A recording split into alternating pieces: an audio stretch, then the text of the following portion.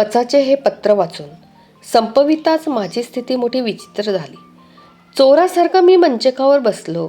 मन विषादाने भरून गेले. कच आपल्या पक्षासाठी प्राणार्पण करायला सिद्ध झाला आहे आणि मी बाबा मृत्यूशय्येवर आहेत याचे भान सुद्धा मला रात्री राहिले नाही. मी सुखाचा शोध करीत करीत सुंदर सुगंधी फुले केवळ दुरून पाहायची असतात काय? त्यांचा वास घेण्यात कोणते पाप आहे? मुकुलिका मला सुंदर वाटली. मी पाप केले? काल रात्री माझ्या हातून पाप घडले? पापाच्या कल्पनेने माझ्या मनाची तगमग सुरू झाली. मधाचा आस्वाद घेता घेता मधमाशाचे मोहोळ उठावे आणि त्यांनी कडकडून सर्वांगाला दंश करावा. मी मंचकावरून उठलो आणि मुकुलिकेला म्हटलो, व्रत सिद्ध करायला सांग. असेच जाणार आपण? हो. कुठं? नगरात, बाबांच्या दर्शनाला, आईची पायधूळ मस्तकी घ्यायला, थोडं खाऊन. उगीच तोंड घालू नकोस मध्ये. दासींचा उपदेश ऐकायची सवय नाही मला. मी हे पहा, मी संध्याकाळी परत येणार नाही, वाड्यावरच राहीन. पण का? पण काय?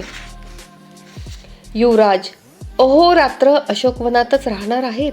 त्यांना पूर्ण विश्रांती मिळेल आणि त्यांचं मन प्रसन्न राहील अशी दक्षता सर्व सेवकांनी घ्यावी अशी अमात्यांची आज्ञा आहे आम्हाला.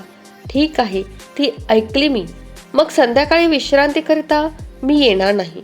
बाबांच्या प्रकृतीत काळी इतकीही सुधारणा नव्हती. दिवसा ते निश्चेष्ट पडून असतात. संध्याकाळी वाताचा जोर झाल्यावर ते बोलू लागत, क्वचित अचूक, बहुधा विचूक. मी त्यांच्या महालात जाऊन त्यांचे पादवंदन केले आणि उदास मनाने आईच्या महालाकडे वळलो. महालात आणून ठेवलेल्या एका सोन्याच्या देवाऱ्यापुढे हात जोडून आई बसली होती. थोड्या दिवसात ती किती क्रूश दिसू लागली होती. तिच्या करुण मूर्तीकडे मला पाहावे ना. मी तिच्याजवळ जाऊन बसलो. तिने माझ्या पाठीवरून हात फिरवला. त्या स्पर्शात मूर्तिमंत वात्सल्य अवतरले होते. देवाऱ्यातली मूर्ती आणि दुःखी कष्टी आई त्यांच्या दर्शनाने माझ्या मनाची व्याकुलता वाढली. नकळत रात्रीच्या स्मृती जागृत झाल्या. ते पाप होते का? असेल तर देवापुढे, आईपुढे जे घडलं ते मोकळ्या मनाने कबूल करणे हाच त्यातून मुक्त होण्याचा उपाय नाही का? आईकडे पाहण्याचा धीर होईना मला. मी माझे तोंड हाताने वळविण्याचा प्रयत्न करीत म्हणाली, काहीतरी चोरतो आहे तू माझ्यापासनं. मी चमकलो, चरकलो. आईला काय सांगायचं, कसे सांगायचं? मी तिच्याकडे तोंड करीत नाही असे पाहून ती म्हणाली, अशोकवनात सुद्धा रात्रभर तळमळत राहिला असशील तू. त्यांची नी माझी काळजी करीत. मोठा हळवा स्वभाव आहे तुझा. प्रत्येक गोष्ट जीवाला लावून घेतोस. अरे वेड्या, काळजी कुणाला चुकली आहे? भगवान शंकरांनी हलाहल घेतलं तेव्हा गौरीमाई कशी धाई धाई रडू लागली हे कालच आख्यानात ऐकले मी. पण नाही नी बिन नाही.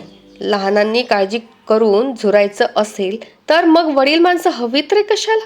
उगीच वेड्यासारखा वागू नकोस. काव्य, नृत्य, संगीत यात कुठं मन रमते का पहा. त्याच वेळी अमात्य आत आले.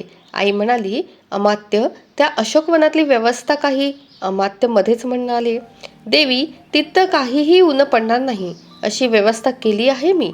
मुकुलिका म्हणून दासी आहे. नवीन आहे पण चतुर आहे मोठी. तिच्याकडं युवराजांच्या सुखसोयीची सर्व सूत्र.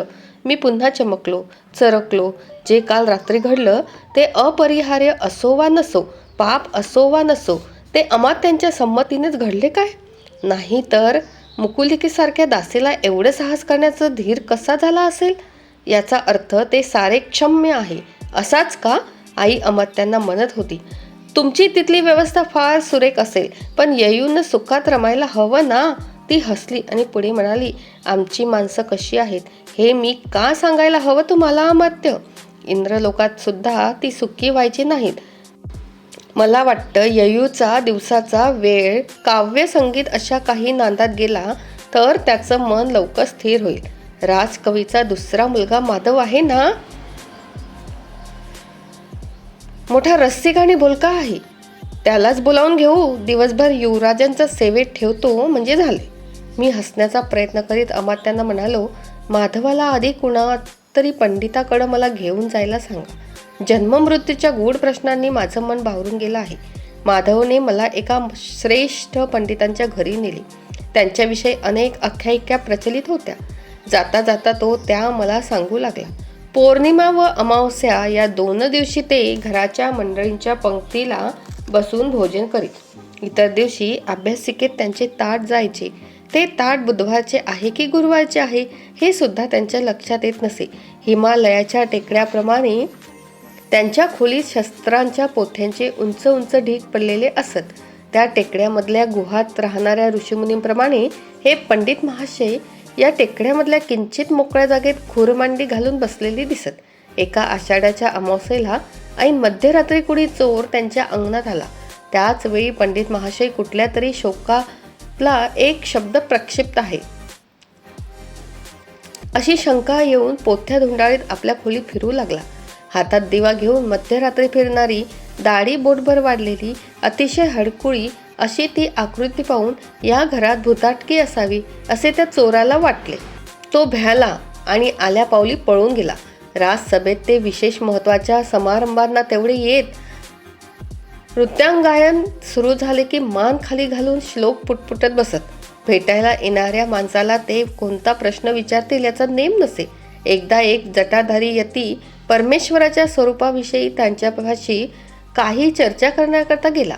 वादविवाद रंगात आला. मध्येच पंडितांनी त्याला विचारले, आपण श्रू केव्हा करणार? त्या बिचाऱ्याला या प्रश्नांचा परमेश्वराशी काय संबंध आहे हे कळेना. तो पंडिताकडे टकमक पाहू लागला. पंडित रेखत म्हणाले, यती महाराज, घनदाट अरण्यात सूर्यकिरणांना पृथ्वीपर्यंत पोहोचणं मोठं कठीण जातं. तसं होतंय आपलं. या जटाभरातून कुठलाही विषय आपल्या डोक्यात शिरत नाही. तो मध्येल्यामध्ये अडकून पडतो. पंडिताकडे आलेल्या पश्चिम आर्यावर्तातील एका शास्त्रांनी त्यांना विचारले, आपल्याला मुलं किती आहेत? त्यांनी ताडकन उत्तर दिलं, मला ठाऊक नाहीत.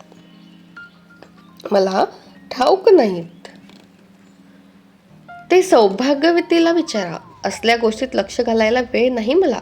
मात्र प्रत्येक मुलाच्या बारशाच्या वेळी पंडित आणि पंडितीनबाई यांच्यात खडाष्टक जुंपे. नव्या मुलाचे किंवा मुलीचे नाव काय ठेवायचे या प्रश्नावर पती पत्नी तुमल्य युद्ध होई. बिचाऱ्या बायकोचे या एका गोष्टीत नवऱ्यापुढे काहीच चालत नसे. माया, मुक्ती, प्रकृती, तितिक्षा अशी पंडितांच्या मुलींची नावे होती. एका मुलाचे नाव त्यांनी यम असे ठेवले होते. बायकोने हात जोडून हे भयंकर नाव ठेवू नका म्हणून विनवणी केली, पण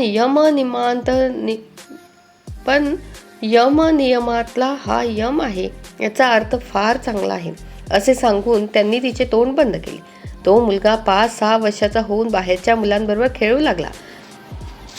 तेव्हा प्रत्येक पोर त्याला चिडून म्हणे, काय रे यमा, तुझा रेडा कुठं आहे? शेवटी बापडा यम रडकुंडीला आला. वडिलांनी हे नाव बदलावे म्हणून त्याने त्याचे पाय धरले. माधवला रसाळवाणीची देणगी लाभली होती. त्याने या साऱ्या गोष्टी अशा रंगात येऊन सांगितल्या की हसू आवरणे अशक्य झाले. विद्वान माणसे विक्षिप्त असतात. जशी त्यांची बुद्धी अलौकिक तशी त्यांची वृत्तीही लोकविलक्षण. त्यामुळे त्यांच्या असल्या गोष्टी तिखटमीठ लावून सांगण्यात प्रत्येकजण अहमहिकेने भाग घेतो. पंडित महाशयांच्या या आख्यायिका अशाच प्रकारे प्रचलित झाल्या असल्या पाहिजेत हे मला कळते. पण माधवाच्या रसभरीत वर्णनात त्यात खरा भाग किती होता हे कुणाला ठाऊक. मी रंगून गेलो. माझ्या मनातले मळप त्यामुळे पांगले.